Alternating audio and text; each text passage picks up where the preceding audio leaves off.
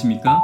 고린도전서 46번째 시간, 자존심의 문제를 다스리는 법, 자존심의 문제를 다스리는 법이라는 제목으로 하나님 말씀 증거하도록 하겠습니다. 본문의 말씀 고린도전서 7장 21절부터 있는 말씀 함께 읽습니다. 내가 종으로 있을 때 부르심을 받았느냐? 염려하지 말라. 그러나 내가 자유롭게 될 수 있거든 그것을 이용하라. 주 안에서 부르심을 받은 자는 종이라도 주께 속한 자유인이요. 또 그와 같이 자유인으로 있을 때 부르심을 받은 자는 그리스도의 종이니라. 너희는 값으로 사신 것이니 사람들의 종이 되지 말라. 형제들아, 너희는 각각 부르심을 받은 그대로 하나님과 함께 거하라. 고린도 교회의 성도들의 신분은 대부분 높은 지위는 아니었습니다. 이러한 그들의 사회적 신분은 교회 내에서 서로 시기와 질투의 이유가 되었고, 신분의 차이는 교회 내의 분쟁을 더 깊이 만들기도 했던 것입니다.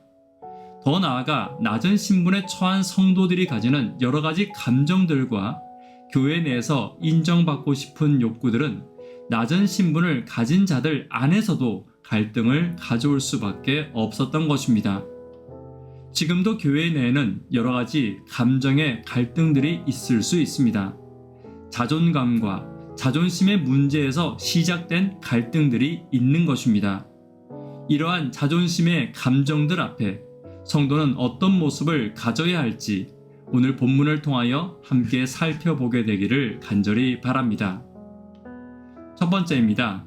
첫 번째는 주 안에서 자유인임을 먼저 기억해야 합니다.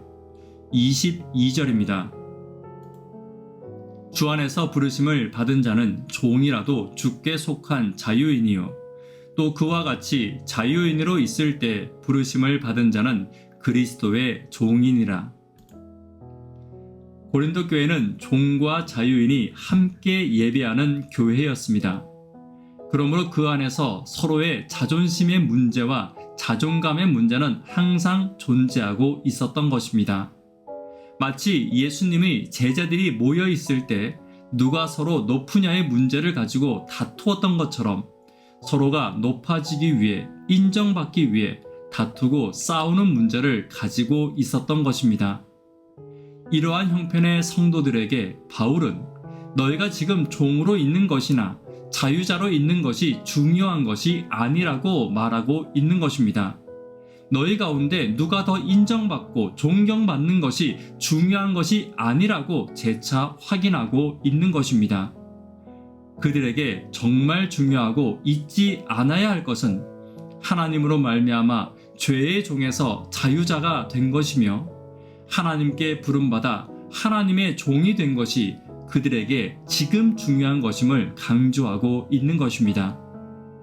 실제로 세상에서는 자유인이지만 교회 안에서 여전히 죄의 종으로 살아가는 성도들이 있습니다. 반대로 세상에서는 종일지 모르지만 하나님 안에서 죄의 종의 짐을 벗고 진정한 자유를 누리며 사는 성도들도 있는 것입니다. 그리스도인에게 중요한 것은 지금 세상에서 어떤 환경의 삶을 사느냐도 중요하지만 더 중요한 것은 주 안에서 구원받아 자유인이 되었다는 사실과 그 은혜를 결코 잊지 않는 것이 가장 중요한 것입니다. 지금 내가 교회와 가정에서 얻는 명예와 자존심의 종에서 벗어나 하나님 안에서 얻는 자유의 기쁨과 은혜를 누리는 저와 여러분 되기를 간절히 바랍니다. 두 번째입니다. 두 번째는 사람의 종이 되어서는 안 됩니다. 23절입니다. 너희는 값으로 사신 것이니 사람들의 종이 되지 말라. 예수 그리스도를 믿는 자는 그의 피로써 사신 바 되었다는 것을 전제하는 구절입니다. 당시에는 노예를 값으로 사고 파는 것이 관례였으며, 일반적으로 값을 치른 노예는 문서상으로 뿐만 아니라 현실적으로 더 이상 이전 주인의 노예가 아니었습니다. 23절은 이러한 사회 상황을 비유로 하여 성도들을 값으로 샀다고 말하고 있는 것입니다.